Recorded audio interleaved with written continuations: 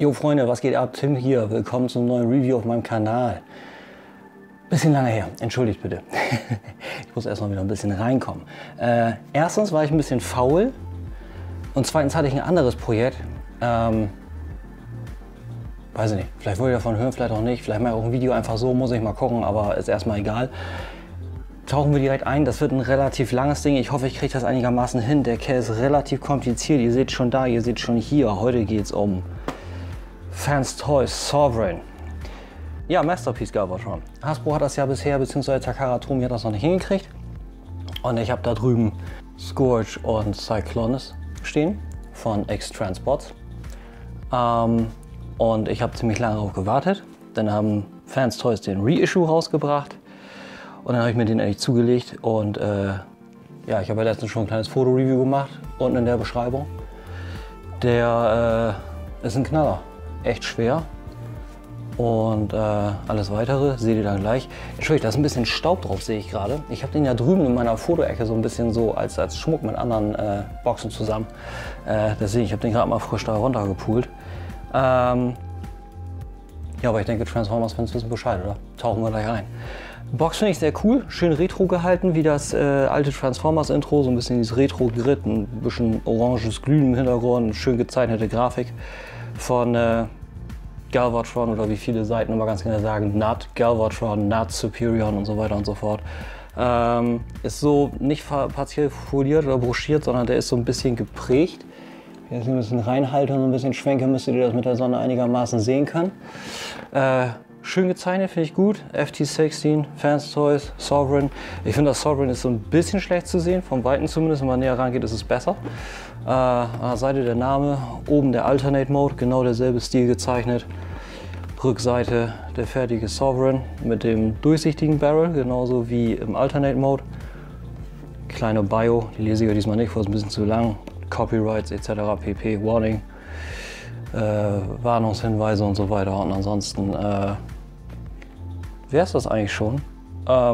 Tut, was ihr macht. Schicke Box, sehr stabil. Innen drin Schaumstoffeinleger, der alles gut hält. Und wenn man den auspackt, wird man halt mit dem Kerl begrüßt. Wirklich schönes Ding. Wirklich sehr, sehr schönes Ding. Sehr schwer. Die Brust ist Die-Cast. Ich glaube von den Armen, nee, von den Armen tatsächlich nicht. Allerdings diese riesigen Kniegelenke, die sind voll Die-Cast. Echt massiv, muss man echt sagen. Sowieso, das ist eines der negativen Teile. Das kleinste Ding, was man machen kann. Und die Waffe geht direkt ab, seine Partikelkanone. Man kann die ordentlich eindrücken, aber die hält leider nur sehr begrenzt. Aber nichtsdestotrotz dennoch eine schöne Figur. Genau, die Armaturen hier sind, das ist Metall, das ist Plastik. Ich finde, den Paintjob hätten sie hier ein bisschen vollständiger machen können. Das ist ein Schwarz, ein matte Schwarz und innen drinne auch noch Schwarz und Gunmetal für Details. Vielleicht mache ich da selber was, muss ich mal sehen. Transformation ist relativ kompliziert, da kommen wir gleich zu. Ich sehe zu, dass das halbwegs schnell, aber trotzdem flüssig und so weiter für euch geht. Aber schöne Details, muss man sagen. Schönes Head Sculpt. Ich habe jetzt das Angry drauf. Das passt besser zu meinem Display, finde ich. So wenn der, wisst ihr, so Walking with a Purpose auf einen zurennt. Schöne transluzente Details am Bauch. Ziemlich geiler Perlmuttlack. Ihr seht den auch rechts in der 360 und ich habe euch da so ein, zwei Bilder reingepackt, damit ihr den Perlmutt oder Metallic Lila Effekt so ein bisschen besser seht. Und der Rücken ist eigentlich auch, habt ihr eben schon gesehen, schön aufgeräumt, kann man auch nichts zu sagen. Faltet sich sehr gut zusammen, sein Anker hier, wenn er sich natürlich in die Haubitze transformiert. Und ja, auch ein schönes Detail, habt ihr glaube ich auch rechts gesehen, die Augen, schön metallic rot, richtig geil. Falls ihr euch fragen solltet, das habe ich zwar auch im Review gesagt, aber das Decepticon-Symbol, das ihr seht, das ist von Ocean Design. Die machen Waterslide und auch Dry Rub Decals. Richtig, richtig gut. Also ich nutze die eigentlich nur. Nichts Falsches dran. Tipptopp, kann man nicht anders sagen. Bevor wir die Transformation machen, wieder in der Top-Down, ne? Wie ihr das von mir kennt, gehe ich mal kurz ein bisschen die Artikulation durch, das ist so einfach. Der Kopf geht schön 360, hat ein bisschen hoch, ein bisschen runter.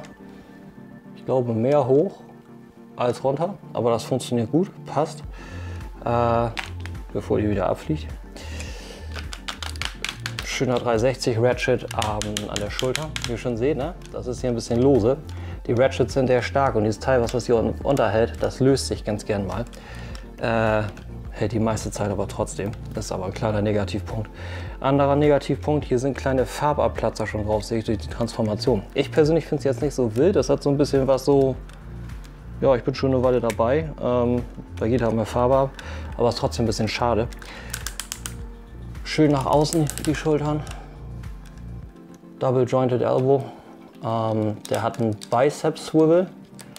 Die Armatur selber lässt sich auch drumherum drehen, also sozusagen Double Bicep Swivel. Einmal an der Schulter selber hier oben und einmal in der Mitte vom Bizeps. Hand lässt sich auch schön drehen und einklappen. Das ist eigentlich mehr zu Zwecken, die Armatur bzw. das Fahrwerk für den Haubitzenmodus besser anwinkeln zu können. Die Hände, die zeige ich euch gleich noch mal besser im Detail, aber damit ihr das so schon mal ein bisschen seht. Die sind sehr, sehr detailliert. Ich hoffe, der Fokus fängt das ein, sollte er aber. Balljoint unten am Daumen mit einem Pin am zweiten Nackel, Basepin für alle Finger zusammen und nochmal einen zweiten und dritten Pin, sodass die sehr detailliert sind und nicht detailliert, aber sehr schön artikuliert sind. Kann man schöne Sachen mitmachen. Sehr realistische Fäuste. Klappt sehr gut. Finde ich toll. Und ein, ja, nehmen wir mal Wrist Swivel sowieso und Mid-Wrist Swivel, Lower Arm Swivel, irgendwie sowas. Sagen wir mal so. Waist Swivel, aber das Ding ist auch noch getrennt. Dieser Ring hier hat auch noch mal getrennten Swivel. Den kann man auch noch mal, das geht hier so nicht, weil der gerade festgehakt ist. Der ist hier an diesem Plastikteil hier unten, ist der festgehakt. Das seht ihr später noch. Die Teile hier alle einzeln artikuliert, das kann man noch ein bisschen sozusagen ausrichten, wie man will, damit er hinten schön frei läuft. Die Hip Skirts kommen sehr schön frei raus, links wie rechts. Und hier vorne haben wir auch noch Hip Skirts. Sehr schön. Front, Swivel und Back. Oh, hinten fast komplett. Vorne ein bisschen weniger, das kommt wegen dem Kneecap. Double Jointed Knee. Funktioniert gut. Ist natürlich wegen der Transformation, aber kriegt einen Mega Bend. Geht echt gut.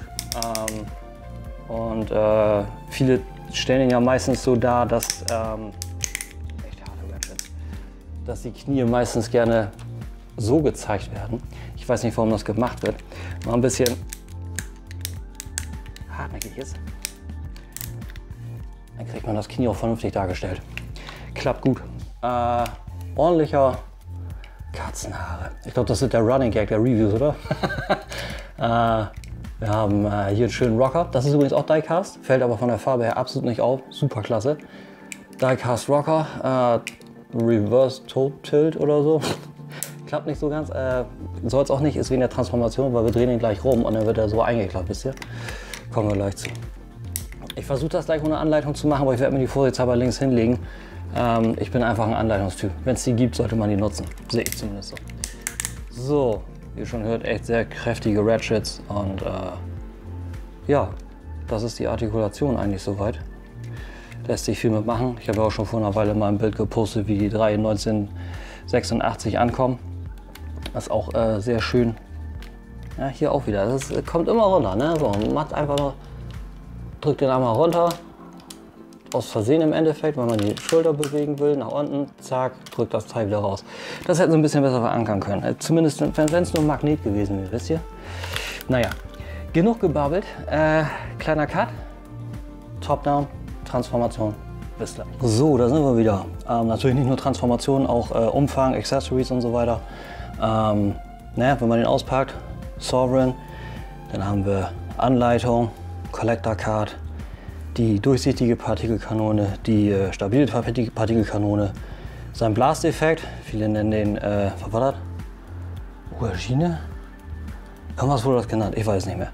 Und ein austauschbares Gesicht und eine Matrix. Den Austausch des Gesichts zeige ich euch nicht, aber ich zeige euch, wo ihr das machen könnt und wie man da rankommt. Alles kein Ding. Letztes Accessoire, was hier so nicht mehr raufgepasst hat, ist der Flight Stand. Zweiteilig, durchsichtig, lässt sich hier einfach in die 2 Löcher einhaken. Hat hier ein Gelenk und 2 Nupsis. Das wird folgendermaßen eingehakt. Einmal hier hinten, dort. Und dann einfach nach vorne und dann sitzt er da drauf. Kann man schöne Posen mitmachen. Zeige ich euch, wenn wir hier mit der Transformation mit durch sind. Ich werde ihn aber nicht groß nutzen, der wird wieder in der Box landen. So, die Collector Card zeigt schön den Render von ihm, den man vorher gesehen hat. Und eine kleine Bio. Bot Mode, Alternate Mode, Tech Specs. Dann die transluzente Kanone. Ich stehe nicht so auf transluzent, aber sie macht, was sie soll. Transformiert für beide Modi. Klappt zu. Fertig. Ich lege mal das, was wir durch haben, einfach mal eine Runde hier rüber. Dann den Blasteffekt. Ziemlich cooles transluzentes Purpur, muss ich sagen. Wie gesagt, man kann den auseinandernehmen, wie man im Endeffekt witzig ist. Kann den runterbrechen auf unterschiedliche Größen, wenn man einen kleinen haben will, ist auch interessant. Das ist nur so ein Ring, der ist ein bisschen aus der Mitte, der wird nicht ganz so gut gegossen, aber klappt trotzdem. Solltet ihr allerdings nicht versuchen, das im Bot-Mode hier anzubringen, das hält nämlich nicht, der Arm geht gnadenlos runter. Das ist definitiv für den Haubitzen-Modus gedacht. Ja, die zweite Partikelkanone, schönes Perlmutt. Ja, nehmen wir mal Metallic Orange. Metallic Orange passt besser. Schöne Details mit den geschwungenen Linien hier. Ein bisschen Gunmetal haben wir auch. Ich habe festgestellt, das zu lockern funktioniert eigentlich immer am besten so, aber das ist auch trotzdem immer noch so. Fingernagel sei Dank. So, und Haubitzen-Modus. Brauchen wir gleich sowieso, klappen wir um, das kommt vorne rauf. Zack, nehmen wir hier rüber. Matrix, wie man es kennt aus dem Film. Ja, ist sogar durchsichtig. Ich weiß nicht, ob ihr es seht mit der Sonne. Könnte klappen, könnte nicht, weiß ich nicht. Schöne Details, die Griffe links und rechts, ein paar technische Details, die Schalenelemente, sauberer Paintjob. Da ist nichts zu wünschen über. Passt auch gut um den Hals. Ich habe allerdings Reports gehört, dass die Farbe ganz gerne hier abplatzt, von daher seid vorsichtig. Ja, und das alternative Gesicht ganz schlicht, mit einem kleinen Bart, hohle Augen. Wie gesagt, kommt ihr ran, indem ihr, ich mache das mal so, hier hinten die Schraube löst. Dann pellt ihr einfach den vorderen Teil des Helms ab und das Gesicht.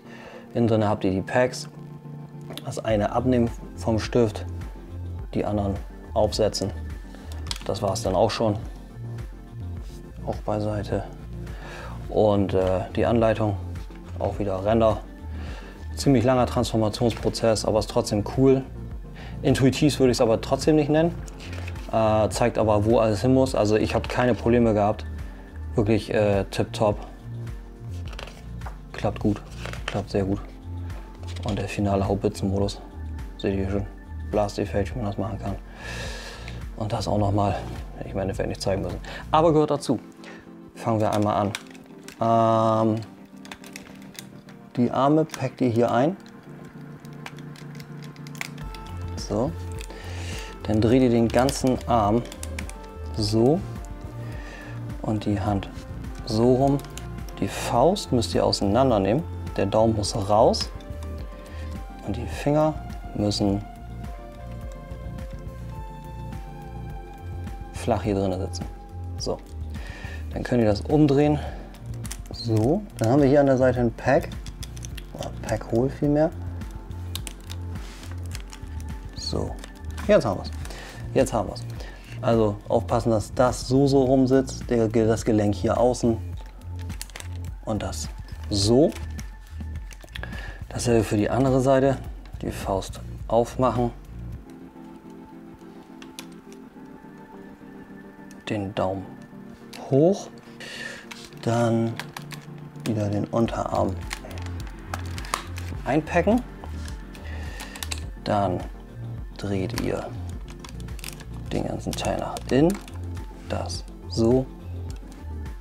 Den Teil nach außen. Hand runter. Zuklappen.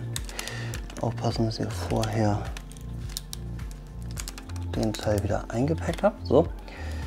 Zuklappen. Das wäre das. Dann habt ihr die Arme erstmal so. Dann faltet ihr die beiden nach außen. Wenn ihr dabei seid, könnt ihr diese Teile auch schon rausklappen. Die Brust kommt runter. Den ganzen Anker von der Haubitze runter. Am besten komplett. Die Teile komplett hoch. Den Teil runter. Dann müssen wir wieder umdrehen und wir müssen den einmal hier von diesem Pack lösen und nach hinten, sodass wir erstmal etwas haben, was ungefähr so aussieht. Dann machen wir den ganzen Teil nach vorne, klappen diesen inneren Teil nach hinten raus, drehen das ganze Ding 90 Grad, das wird hinterher der Ansatz für die Waffe. Dann muss der Teil hier innen einmal so, da wird schon mal interessant. Der wieder hochgekommen. Nach unten. Und nach unten. Macht ihr auf beiden Seiten. Dann habt ihr die Arme so ein bisschen monkey-mäßig nach unten. Dann klappt ihr die Arme komplett nach oben, dass das raussteht. Und dann klappt ihr das ganze Geraffel gleich so runter. Passt aber auf, ihr habt hier ein Packhole, da muss das rein. Drin. Drin. Dann können wir den ganzen Bereich nach vorne klappen. Das kann alles. Hoch. Die splitten wir auseinander und legen die nach hinten rüber, packen das an der Stelle ein und dann drehen wir das Ganze so, genau, die beiden müssen nach vorne, das ist auch wichtig, spätestens am Ende, dass das Ganze so aussieht. Dann könnt ihr diese runterklappen. Seid sicher, dass ihr das zuerst hier unten reinpackt und das dann runterdrückt. Selber auf der Seite. Rein, runter, dann hakt das hier quasi ein. Dann können wir das rumdrehen. Das schließt den ganzen Bereich hier ab. Dann macht ihr den wieder zu. Dann könnt ihr den noch einmal rumdrehen. Und dann kann der hier rauf. Dann müsst ihr das ganze Ding drehen. So. So, den drehen wir einmal komplett so rum. So. Die Füße müssen nach vorne zusammen mit dem Haubitzenmodus. So. Das hakt ihr ein. Dann kommen wir zu den Füßen. Das ist auch ziemlich spannend, wie ich eben schon mal gesagt habe. Die dreht ihr 180, klappt ihr ein. Dasselbe auf der Seite. Dann klappt ihr die Füße komplett hoch, dreht den Teil rum, schiebt das ganze Ding runter. Dasselbe auf der anderen Seite. Runter, rum, komplett auf, runterschieben. Dann müssen wir so, das muss so, nee, der Anker ist auch schon wieder im Weg, also Einfach ist anders. So, das muss so. Dann habt ihr das. Dasselbe natürlich für die andere Seite.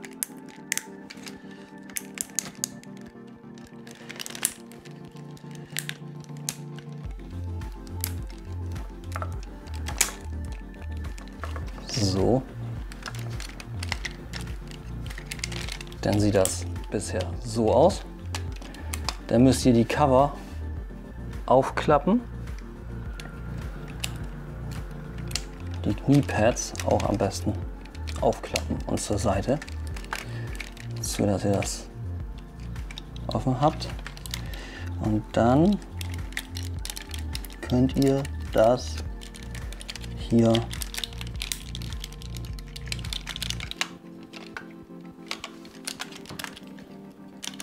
rumklappen und den Deckel wieder dicht machen, sodass die Beine erstmal so aussehen. Ja, nicht einfach, wie ihr schon seht. Und dann habt ihr erstmal etwas, das so aussieht. Das wird hinterher noch eingeklappt, da kommen wir aber gleich zu. Jetzt müssen wir den Anker mit den Beinen verheiraten. Dazu bringt ihr das in einen Winkel und ihr müsst sehen, dass ihr den Anker hier unterkriegt, dann die Packs zusammenfaltet und zuseht, dass ihr den in einem Winkel habt, wo der hier zwischen sitzt. Alles nicht so einfach, es klappt aber halbwegs automatisch. Wohlgemerkt, halbwegs. So. So, das ist da zusammen. Seht ihr, was ich meine? Das ist quasi automatisch passiert. Das ist eigentlich ziemlich cool. Das könnt ihr hinterher ausrichten. Das kommt dann hier in den Waist-Teil. Ich habe festgestellt, das klappt eigentlich ganz gut. Das ist zumindest eben passiert. Ich habe eben noch schnell die 360er für euch aufgenommen, die ihr seht, in ein paar Minuten. Wenn ihr das runterklappt und schon, ich sag mal so, in der Mitte des Weges miteinander verheiratet und dann zusammen runterbringt. Das hat eben ganz gut geklappt. Ich hoffe, das klappt jetzt auch. Mal gucken, den so und so. Das hat auch gut funktioniert. Nicht übel, gar nicht übel. Dann geht es jetzt um die Wurst. Jetzt falten wir die um, schließen den Gun Mode hier ab und dann verheiraten wir die miteinander. Bringen die rüber, haken die am besten, das hat zumindest eben bei mir ziemlich gut geklappt. Erstmal hier oben ein und dann bringt ihr den zusammen runter. Zack. Das hat gut geklappt. Das war ja fast Bilderbuch. Man muss sich über alles freuen. Das ist das. Das ist abgeschlossen. Dann ist die Brust auf einem Double Hinge. Sprich, den faltet ihr so rüber und dann in die Brust. Nochmal festdrücken. Dann bringt ihr die Hip Skirts runter. Einhaken, runterklappen. Dann könnt ihr die Seitenteile, die hinten am Rücken hängen, zur Seite bringen. Und hier zur Seite bringen. Das richtet das Ganze noch mal ein bisschen ab. Und die Teile drehen sich einfach und liegen hier an der Seite. Keinen wirklichen Zweck, aber klappt an sich ganz gut. Dann könnt ihr noch die Arme rumdrehen, damit ihr die Fahrwerke ausrichten könnt. Dann kommt die Waffe rein. Und das ist dann tatsächlich endlich der Haubitzenmodus. Wie gesagt, kein einfacher Weg dahin, wie ich finde. Aber ich finde, was da dann bei rauskommt, klappt eigentlich ganz gut. Mag ich. Kommt auch wieder viel Die-Cast raus, was man erst später dann ein bisschen so zu schätzen weiß. Und ihr seht schon, hier ist das ein bisschen abgeplatzt, das ist ein bisschen schade. Auf der Seite ein bisschen, nicht zu viel. Aber an sich sonst funktioniert das sehr gut und man kann auch unterschiedliche Winkel einsetzen. Kann zum Beispiel ganz gerade machen und den so. Dann kann man die Arme noch wieder ausrichten, dann hat man wieder einen anderen Winkel. Klappt gut. Also viele haben rumgemeckert, fanden die X9s-Modus besser. Ich kann das noch nicht bestätigen. Kurzer Cut. Und dann schnappen wir noch mal drüber. So, das war das. Ziemlich kompliziert, wie gesagt. Rechts noch mal eine 360 für euch von dem, damit ihr den noch mal genau im Detail seht. Schöne Details überall rum. Wieder auch Gunmetal Grey. Das ganze Ding, also die ganze Farbe, die kommt echt komplett super durch. Das Purpur, was ihr auch schon in den Bildern gesehen habt, Gunmetal an den Threads, an dem Kettenantrieb. Das ist das Wort, Kettenantrieb. Und Decepticon-Symbol ist natürlich ein bisschen verloren, aber der schließt rundherum wirklich toll ab. Ich mag den Modus. Er macht das, was er soll. Ich werde den sowieso nicht so stehen haben. Ich bin froh, dass ich endlich mein Target 2006 Team zusammen habe. Von daher macht er genau das, was er soll. Ich finde ihn gut. Bot-Mode funktioniert natürlich am besten bei dem. Und auch wenn die Transformation kompliziert ist, lasst euch davon nicht abschrecken. Ich fand die Transformation trotzdem cool. Ich mag das. Ich finde, das Fanstoys denkt sich da immer viel bei aus. Viele haben auch über Coot sich geärgert, weil der auch kompliziert ist und auch RC. Aber ich sage immer, das sind Cartoon-Charaktere, die sich in Formen verwandeln, wozu sie eigentlich nicht gedacht sind. Und das in eine Spielzeug- oder Toy-Form zu bringen, ich finde, das ist schon irgendwie ein Stück Arbeit und auch ein Achievement, würde ich sagen. Also ich finde das spitze. Ja, die Sonne ist wieder rausgekommen. Kleiner Harley. Hier gibt es ein paar davon. Nichtsdestotrotz, ich hoffe, euch hat es einigermaßen gefallen. Ihr habt ein tolles Wochenende. Lasst mir ein Like da, wenn ihr das gut findet, oder auch ein Subscribe. Ich würde mich freuen, oder schreibt in die Comments, wenn euch was nicht passt. Oder auch natürlich in der Mail figure.photography.crate@web.de. Würde ich mich freuen. Ich bin auf Facebook, ich bin auf Instagram @figurephotographycrate. Die Links findet ihr unten in der Beschreibung. Das nächste Video wird allerdings, weil es hier so ein bisschen durch den Tüdel aussieht, also Mortal Kombat Bild hängt, das seht ihr demnächst mal. Und ich mache meine Vitrine fit. Die kriegt jetzt Beleuchtung, das seht ihr beim nächsten Mal. Und jetzt erstmal, wie gesagt, schönes Wochenende, bis die Tage, haut rein und tschüss.